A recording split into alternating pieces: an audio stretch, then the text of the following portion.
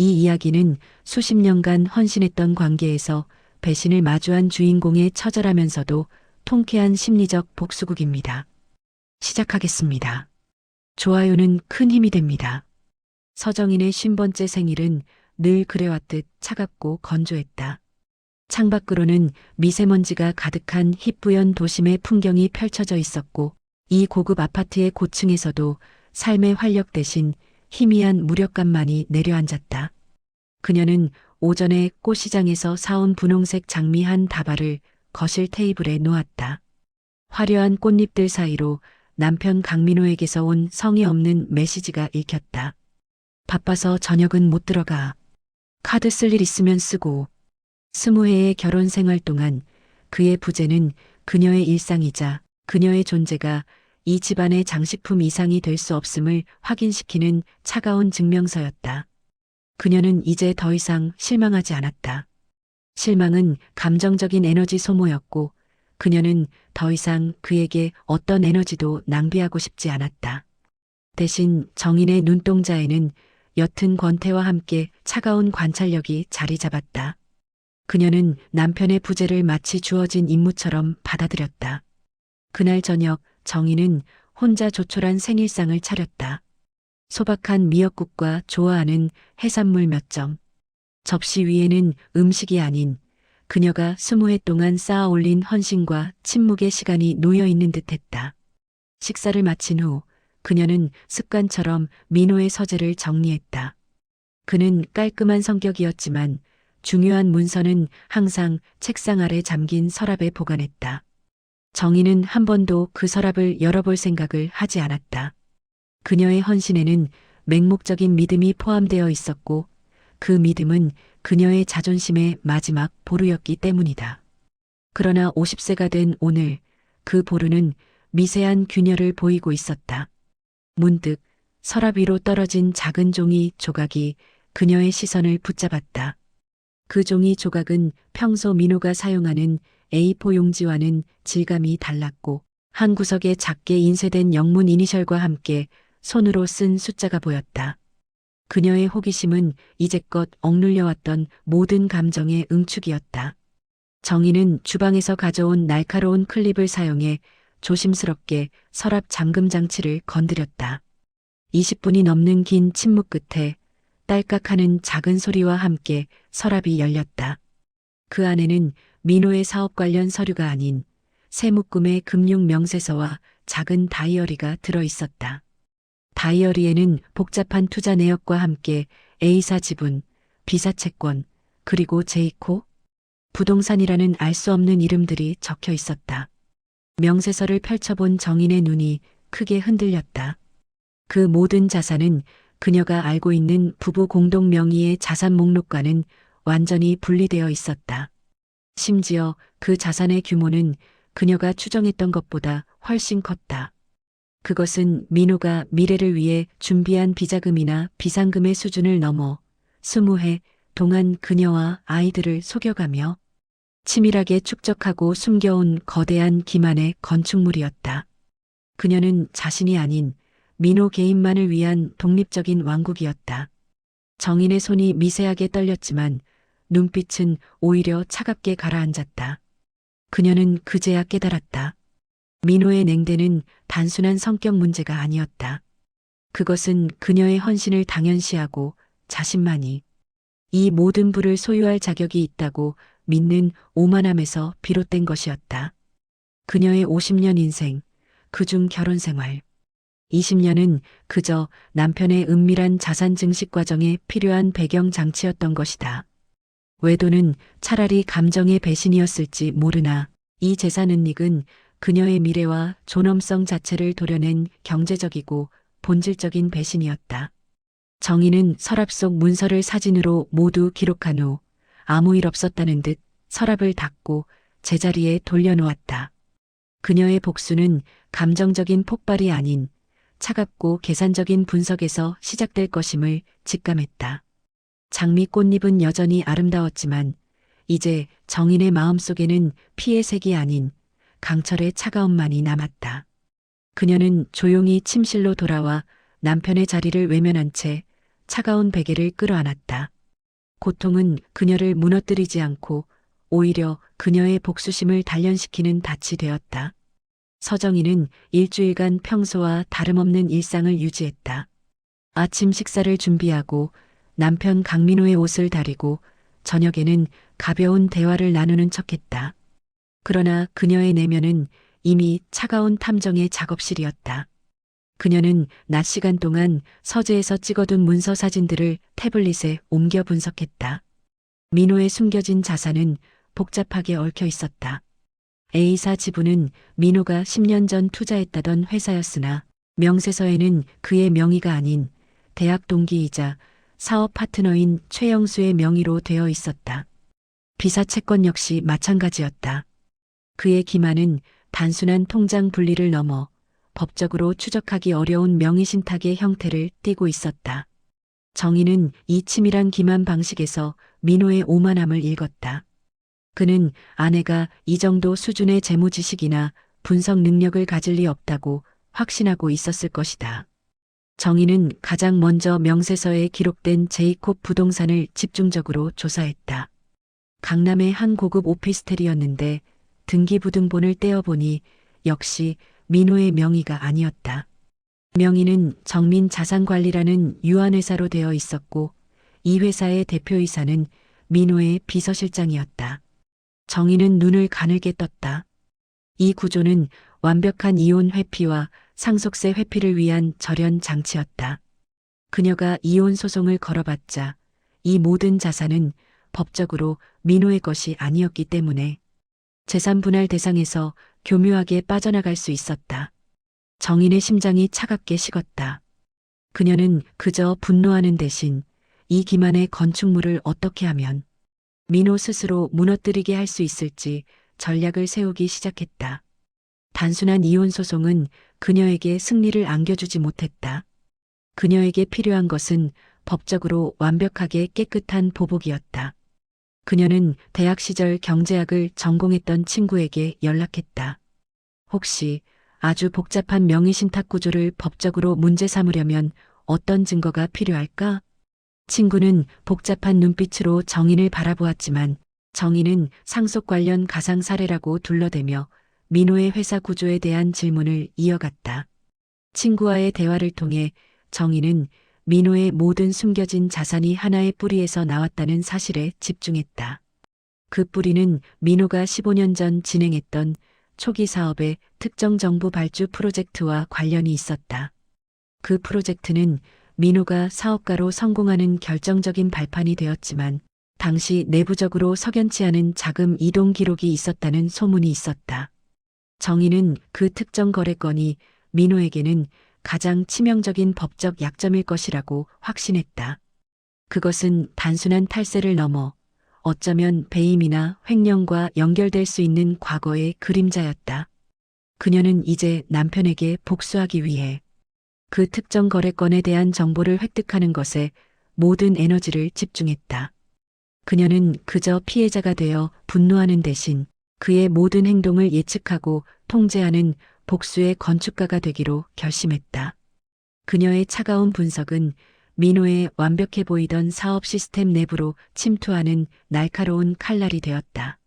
밤이 깊어질수록 태블릿 화면 속의 복잡한 금융 차트는 정인에게는 단순한 숫자가 아닌 그녀가 되찾아야 할 존엄성과 미래를 상징하는 강력한 무기 목록처럼 보였다. 그녀는 무심한 표정으로 남편이 사다 놓은 값비싼 와인 한 잔을 마셨다. 와인의 씁쓸함 속에서 그녀의 복수심은 더욱 굳건하게 단련되고 있었다. 정희는 치밀한 심리전에 서막을 올렸다. 그녀는 남편 강민호가 가장 경계심을 풀 수 있는 방식으로 접근했다. 바로 순종적인 아내의 모습이었다. 평소 관심도 없던 남편의 사업에 대해 슬쩍 질문을 던지기 시작했다. 여보, 요즘 A사 주식이 많이 올랐던데 당신 회사랑 연관 있는 거 아니지? 질문은 항상 무지한 척, 걱정하는 척 포장되었다. 민호는 아내의 질문에 코웃음 쳤다. 당신이 그런 걸 알아서 뭐하게. 신경 꺼. 그리고 A사는 예전에 처분했어. 그의 단호한 대답은 오히려 정인에게 확신을 주었다. 그는 자신의 은닉 사실을 숨기기 위해 거짓말을 습관처럼 내뱉고 있었다. 정희는 민호가 자신을 얼마나 하찮게 여기는지 역이용했다. 그녀는 민호의 동선과 습관, 그리고 사업상 중요한 약속의 패턴을 마치 일기처럼 기록하기 시작했다. 그의 일정은 항상 정확했고 그의 삶은 완벽하게 예측 가능했다. 이 예측 가능성이 바로 정인의 가장 강력한 무기였다. 그녀는 민호가 중요한 출장을 떠나기 직전 그가 가장 신뢰하는 비서실장에게 익명의 이메일을 보냈다. 이메일에는 민호가 오래전에 처리했다고 했던 특정 거래건에 대한 단편적인 정보와 함께 해당 거래가 현재 진행 중인 세무조사와 관련될 수 있다는 경고 문구가 담겨 있었다. 발신지는 해외의 공용 계정이었고 추적이 불가능하도록 설계했다. 정인이 노린 것은 민호의 이성적인 판단이 아니었다. 그녀는 민호에게 외부에서 누군가 자신을 주시하고 있다는 불안감, 그리고 가장 은밀한 치부까지 노출될 수 있다는 공포를 심는 것이 목적이었다. 비서실장은 즉시 민호에게 이메일 내용을 보고했을 것이다. 정희는 그날 밤 출장을 떠나기 위해 짐을 싸는 민호의 뒷모습에서 미세한 동요를 감지했다. 평소 같으면 여유만만했을 그의 얼굴에 옅은 긴장감이 감돌았다. 그는 정인에게 평소와 다름없이 며칠 나갔다 올게라고 말했지만 그의 목소리에는 어딘가 모르게 예민함이 묻어 있었다. 정인은 그의 등을 향해 조용히 말했다. 요즘 일이 잘 안 풀리는 것 같던데 혹시 걱정되는 일 있어? 민호는 순간적으로 멈칫했지만 곧바로 정인을 돌아보며 차갑게 말했다. 쓸데없는 소리 하지 마. 당신이 신경 쓸 문제는 아니야. 내가 알아서 해. 그의 짜증 섞인 반응은 정인의 예상과 정확히 일치했다. 그는 아내에게 걱정하는 척조차 하지 않았다. 그는 아내의 존재를 자신의 완벽한 세계에 대한 침범으로 여겼다. 이 순간 정인은 승리를 확신했다. 그녀의 작은 그림자, 공작은 민호의 견고한 심장부에 불안의 닻을 내리는데 성공했다. 민호는 출장을 떠났지만 정인은 알고 있었다. 그가 출장지에서 해결하려는 것은 사업상의 문제가 아니라 자신이 흘린 익명의 정보가 만들어낸 불안감을 해소하려는 시도일 것이라는 것을. 그녀의 복수는 이제 감정을 배제한 채 치밀하게 계산된 수순에 따라 움직이기 시작했다. 정희는 창가에 앉아 남편이 떠난 텅 빈 집에서 미소 지었다. 그 미소는 슬픔이 아닌 통제권을 되찾은 자의 차가운 희열이었다. 그녀는 다음 단계를 준비하기 위해 태블릿을 다시 열었다. 민호가 떠난 후 사흘, 정인의 계획은 순조롭게 진행되었다. 출장지에서 온 민호의 전화는 평소보다 훨씬 잦았고 그의 목소리에는 명백한 초조함이 묻어 있었다. 그는 계속해서 비서실장에게 중요한 서류의 위치를 확인했으며 정인에게도 자신이 없는 동안 누군가 집에 방문하거나 이상한 연락이 오지 않았는지 반복해서 물었다.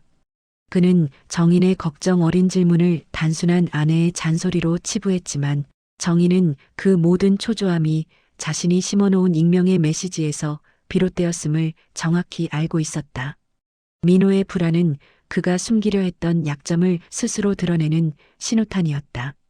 정인은 이제 민호가 제3의 회사를 재정비하고 특정 거래건과 관련된 비자금 통로를 숨기려 움직일 것이라고 확신했다. 이것은 그녀가 기다려온 결정적인 순간이었다. 민호가 집에 돌아오기 전날 정인은 민호의 서재에 다시 침입했다. 이번에는 서류를 촬영하는 것이 목적이 아니었다. 그녀는 민호가 급하게 서류를 처리할 때 사용할 것으로 예상되는 공식 계약서, 양식 묶음을 찾아냈다. 그리고 그 묶음 중 가장 아래에 있던 깨끗한 서류 한 장을 꺼내 들었다. 그녀는 며칠 전 법률 전문가 친구에게 가상으로 조언을 구했던 법적 함정을 그 서류에 적용했다. 그것은 겉보기에는 단순한 차용증 수정에 대한 합의서였으나 자세히 보면 민호가 제3의 회사로부터 받은 자금의 성격을 증여가 아닌 투자금 회수로 둔갑시키는 내용이었다. 핵심은 그 내용이 민호에게 이익이 되도록 교묘하게 작성되어 있었고 민호가 급하게 서류를 처리할 때 내용을 자세히 확인하지 않고 서명할 가능성이 높다는 점이었다. 그러나 이 서류는 정인이 조작한 날짜와 금액 때문에 민호가 은닉을 재정비하려 할 때 오히려 과거의 특정 거래 건과의 연결고리를 법적으로 굳히는 치명적인 함정이 될 수 있었다. 정인은 그 서류를 민호가 출장 직전 급하게 처리하다 남겨둔 다른 사업 문서 묶음 사이에 끼워 넣었다.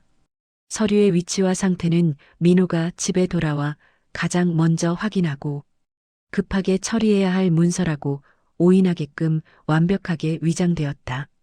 그녀의 손놀림은 차분했고 단 한치의 오차도 없었다. 그녀는 이 모든 행위가 복수심이라는 감정적 폭발이 아니라 자신의 미래를 되찾기 위한 차갑고 정당한 구조조정이라고 스스로에게 되뇌었다. 다음 날 오후 민호가 출장에서 돌아왔다.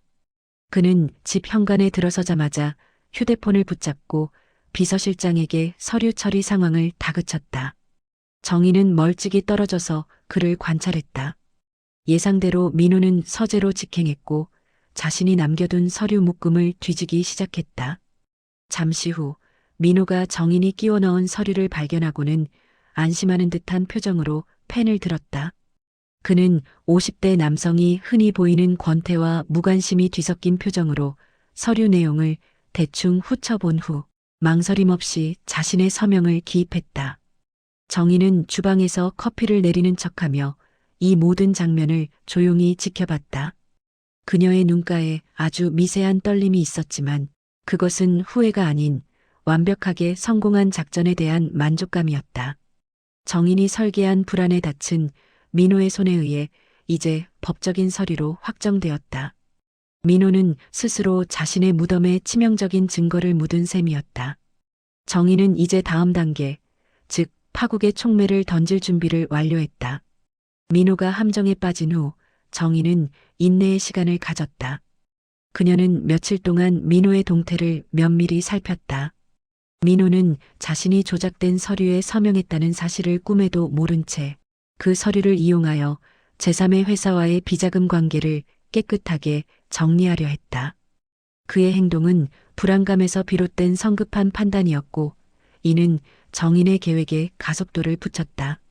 민호는 자신이 가장 신뢰하던 사업 파트너 최영수에게 연락하여 특정 거래건과 관련된 과거 자료를 모두 인멸할 것을 지시했다. 그는 자신이 심어놓은 불안에 덫에 걸려 오히려 과거의 치부를 스스로 제거하려 움직이고 있었다. 이때 정인의 그림자 조력자, 즉 익명의 법률 전문가가 움직였다. 정인은 남편의 행동 패턴과 민호의 사무실 동선, 그리고 보안 시스템의 취약점을 상세히 파악하여 그에게 전달했다. 이 법률 전문가는 단순한 변호사가 아니라 법적 분쟁에서 증거 확보에 특화된 일종의 화이트 해커에 가까웠다. 정인은 자신의 복수가 감정 싸움이 아닌 법과 증거의 싸움임을 처음부터 명확히 했기에 이 조력자의 역할이 절대적이었다. 민호가 최영수에게 과거 자료 인멸을 지시한 날 정인의 조력자는 원격으로 민호의 개인 업무용 서버에 접근하여 민호가 과거에 주고받았던 이메일, 회계장부 사본, 그리고 특정 거래건과 관련된 내부 결제 서류들을 완벽하게 복제했다. 이 중에는 민호가 정인이 조작하여 서명하게 했던 차용증, 수정합의서 원본 파일의 디지털 서명 기록까지 포함되어 있었다. 정인이 얻고자 했던 것은 단순한 의혹이 아니었다.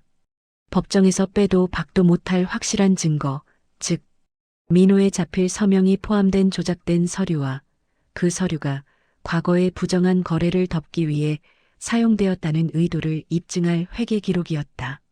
며칠 후 민호는 모든 서류가 깨끗하게 처리되었다고 안심하고 있었다. 그는 정인에게 평소보다 더 너그러운 태도를 보였고 마치 자신이 모든 위험을 통제하는 유능한 가장이라는 착각에 빠져 있었다. 그러나 정인은 이미 자신의 손안에 민호의 모든 죄가가 담긴 디지털 증거 파일을 확보하고 있었다. 정인은 그 증거를 즉시 안전한 금고에 보관하고 남편과의 관계에서 마지막 준비물을 챙겼다.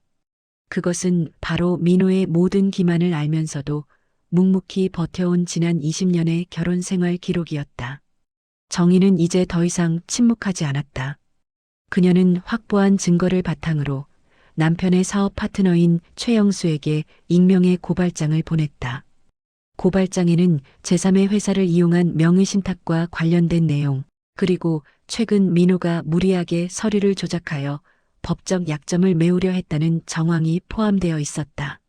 정인의 목표는 민호를 직접 고발하는 것이 아니라 민호의 주변 사람들에게 불안의 그림자를 드리우고 민호에게 실망한 내부자가 스스로 움직이게 만드는 것이었다. 파국의 촉매는 이제 민호의 주변을 맴돌기 시작했다. 정희는 모든 것이 준비되었음을 직감했다.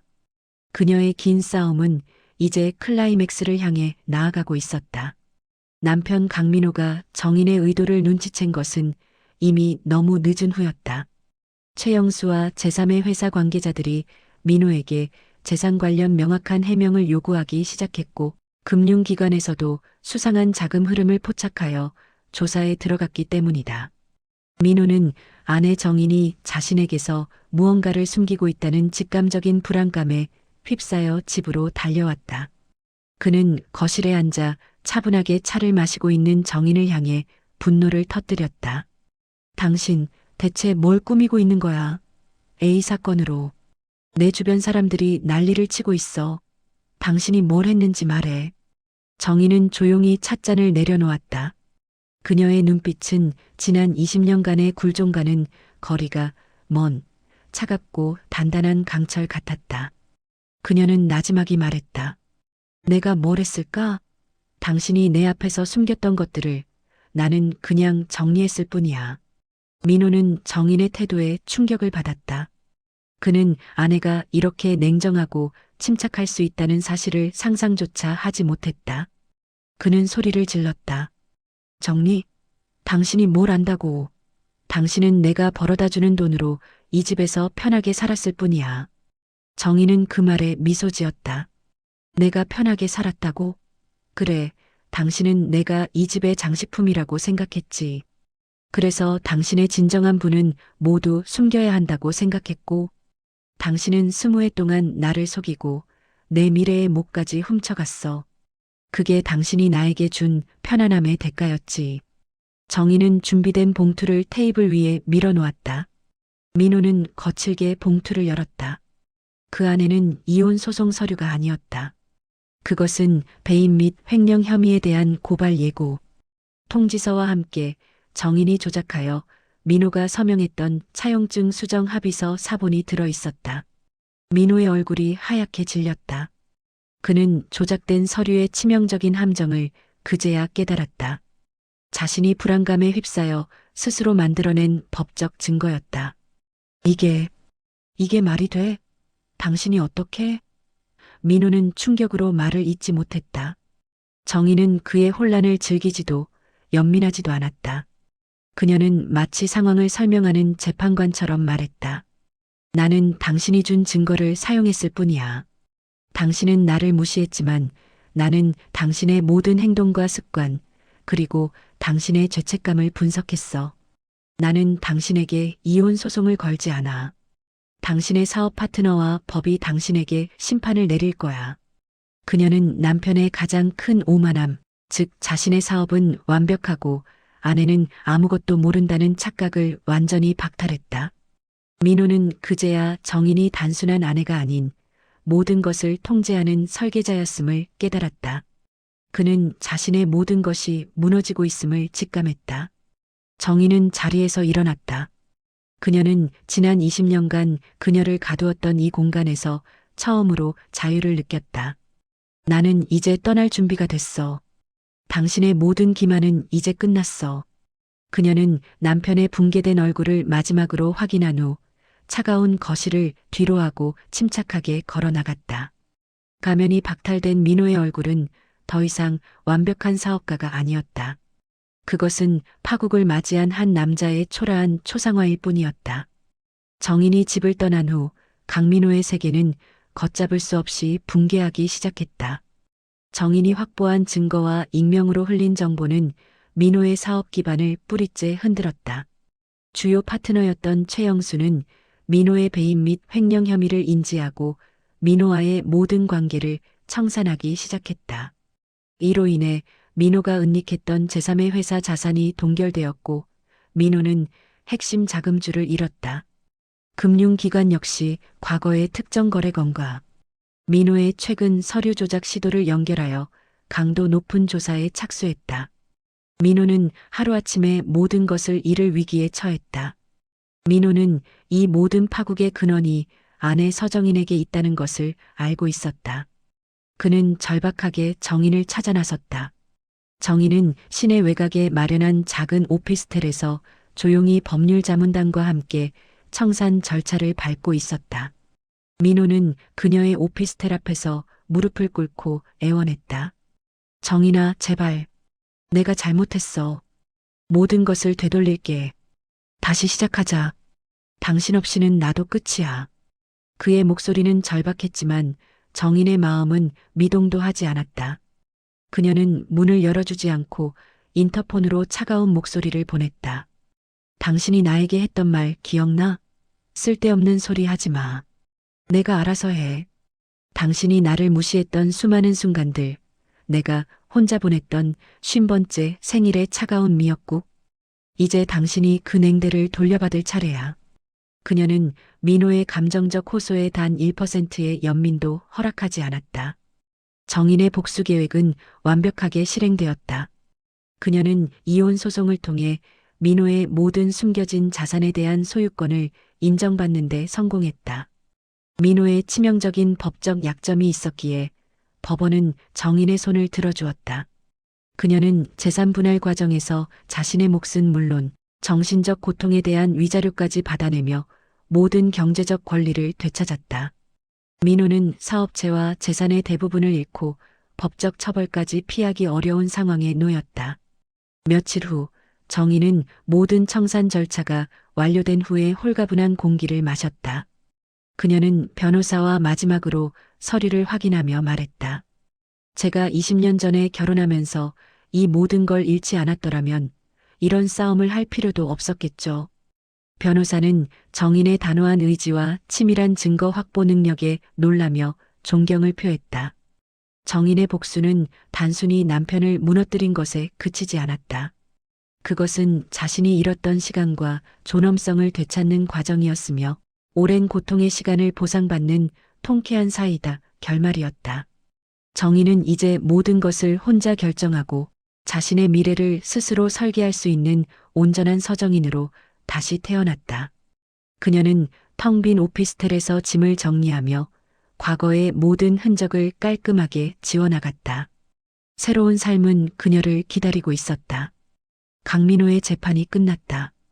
그의 배임 및 횡령 혐의는 정인이 확보한 결정적 증거들 덕분에 명확하게 입증되었다. 그는 실형을 선고받았고 그의 모든 기만의 건축물은 법의 심판대 위에서 완전히 무너졌다. 정인은 재판 과정을 지켜보며 어떤 감정적인 동요도 느끼지 않았다. 그것은 복수라기보다는 오랫동안 끌어왔던 삶의 숙제를 드디어 끝낸 것과 같은 담담한 해방감이었다. 그녀는 더 이상 민호의 그림자 아래에서 살지 않아도 되었다. 정인은 잃었던 재산과 명예를 회복한 후 모든 관계를 정리했다. 남편의 성공에 기대어 정인을 무시했던 과거 지인들과도 깔끔하게 거리를 두었다. 그녀는 그들의 위선적인 동정이나 호기심 어린 시선을 견딜 필요가 없었다. 그녀는 조용히 서울을 떠나 바다가 보이는 작은 도시에 새 삶의 터전을 마련했다. 새로운 집은 이전에 화려했던 고급 아파트와는 비교할 수 없을 정도로 소박했지만 그곳에는 민호의 그림자가 없었다. 그 공간은 오롯이 그녀의 의지와 선택으로 채워졌다. 새로운 환경에서 정인은 고독 속에서 진정한 자아를 발견하기 시작했다. 그녀는 낮에는 바닷가를 거닐며 명상하고 저녁에는 늦게 시작한 새로운 공부에 몰두했다. 과거 그녀가 가장 싫어했던 고독은 이제 그녀에게 가장 소중한 친구가 되었다. 고독은 그녀에게 자신이 무엇을 원하고 무엇을 두려워했는지 명확하게 볼 수 있는 거울이 되어 주었다. 그녀는 잃었던 젊음은 되찾을 수 없었지만 50대에 비로소 자신만의 시간과 공간을 되찾았다는 사실에 감사했다. 정희는 과거의 재무 분석 능력을 활용하여 작은 규모의 부동산 투자를 시작했다. 그것은 남편에게 받은 돈이 아니라 그녀가 법적으로 쟁취한 정당한 재산이었다. 그녀는 은행에서 대출을 받아 작은 상가를 매입했고 몇 달간의 준비 끝에 상가 임대 계약을 성공적으로 마무리했다. 그녀의 첫 투자는 안정적인 수익을 가져다 주었다. 이 작은 성공은 그녀에게 큰 기쁨을 안겨주었다. 이는 단순히 돈을 벌었다는 사실을 넘어 자신이 홀로 오로지 자신의 판단만으로 경제적 성공을 이룰 수 있는 능력 있는 존재임을 증명했기 때문이다. 그녀는 창가에 앉아 바다를 바라보았다. 파도는 끊임없이 밀려왔다 사라졌지만 그 소리는 정인에게 불안이 아닌 평화를 가져다 주었다. 그녀는 과거의 상처를 가슴에 묻었지만 그 상처는 더 이상 그녀를 아프게 하지 않았다. 대신 그녀는 그 상처를 통해 강철 같은 의지를 단련할 수 있었다. 정희는 찻잔을 들고 창밖의 수평선을 응시했다. 그녀의 이야기는 상처뿐인 관계에서 시작되었지만 통쾌한 복수를 거쳐 고독하고 아름다운 자립의 서막을 열며 마무리되었다. 그녀의 50대는 이제 비로소 진정한 의미의 나의 삶을 시작하는 해였다. 정인의 새로운 삶은 미세한 흙먼지가 가라앉는 것처럼 고요하고 평온했다. 그녀는 과거의 화려하고 복잡했던 사교계 생활 대신 소수의 진실된 사람들과 깊은 관계를 맺는 데 집중했다. 그녀가 바닷가 근처에서 운영하는 작은 공간은 지역사회의 조용한 사랑방이 되었고 그곳에서 정희는 사람들의 이야기에 귀 기울이며 자신이 겪었던 심리적 고통과 회복의 과정을 타인과 나눌 수 있는 힘을 얻었다. 그녀의 얼굴에는 더 이상 남편의 눈치를 살피던 긴장감이나 버려진 것에 대한 공허함이 없었다. 대신 잔잔하고 깊은 만족감과 자유로움이 깃들어 있었다. 과거의 모든 관계는 철저히 청산되었지만 정인에게는 여전히 해결해야 할 마지막 숙제가 남아 있었다. 그것은 바로 자신을 향한 용서였다. 그녀는 오랫동안 자신이 민호의 기만을 눈치채지 못하고 혹은 눈치챘으면서도 용기 있게 맞서지 못했던 수많은 순간들을 자책해왔다. 그녀는 일기장에 자신의 감정을 솔직하게 적어내려갔다. 나는 그를 사랑했던 것이 아니라 그가 제공하는 안정감과 사회적 지위에 의존했던 것이다. 나의 가장 큰 잘못은 그에게 나 자신을 온전히 맡긴 것이다. 이 고백은 그녀에게 해방감을 주었다. 그녀는 비로소 과거의 자신을 용서할 수 있었다. 어느 날 그녀는 자신이 매입한 상가 건물의 임대계약 연장을 위해 서류를 검토하고 있었다. 그 서류는 과거 민호의 회사 서류만큼이나 복잡한 법적 용어와 숫자로 가득 차 있었지만 이제 정인에게는 두려움의 대상이 아니었다. 그녀는 모든 조항을 꼼꼼하게 검토하고 임차인과의 조율 과정을 능숙하게 이끌어냈다. 이 모든 과정이 그녀의 통제 하에 있었고 그녀는 더 이상 누군가의 승인이나 허락을 받을 필요가 없었다. 그녀는 민호가 평생을 바쳐 은닉하려 했던 부의 본질을 이제 스스로 이해하고 통제할 수 있게 된 것이다. 정희는 자신의 이름으로 된 새로운 투자를 성공적으로 마무리했다. 그녀는 이 작은 성공을 자축하기 위해 고급 레스토랑이 아닌 바닷가 작은 벤치에 앉아 자신이 직접 내린 따뜻한 커피를 마셨다. 그녀는 미소 지었다. 과거 그녀는 남편의 카드로 비싼 선물을 사거나 화려한 파티에 참석할 때도 진정한 만족을 느끼지 못했지만 지금 이 순간 자신이 이룬 고독한 자립은 그 어떤 값비싼 보석보다 빛나고 소중했다. 그녀는 이제 더 이상 복수를 생각하지 않았다. 민호의 몰락은 그녀에게 복수 그 자체가 아니라 그녀의 새로운 삶을 시작하기 위한 필수적인 청산 과정이었다. 정희는 시계를 보지 않고 시간에 쫓기지 않으며 오직 자신의 내면의 속도에 맞춰 살았다. 그녀의 삶은 고독했지만 그 고독은 텅 빈 고독이 아닌 스스로 채운 충만한 고독이었다. 그녀는 새로운 일기장에 이렇게 적었다. 나의 50대는 끝이 아니라 가장 빛나는 시작이었다. 상처는 아물었고 나는 나만의 방식으로 우뚝 섰다. 그녀는 자신의 과거를 완전히 내려놓고 희망찬 미래를 향해 발걸음을 옮겼다. 그녀의 모습은 해가 뜨는 수평선처럼 고독하지만 단단하고 아름다웠다. 들어주셔서 감사합니다. 언제나 행복하고 건강하세요. 댓글로 같이 공감해도 좋을 것 같아요.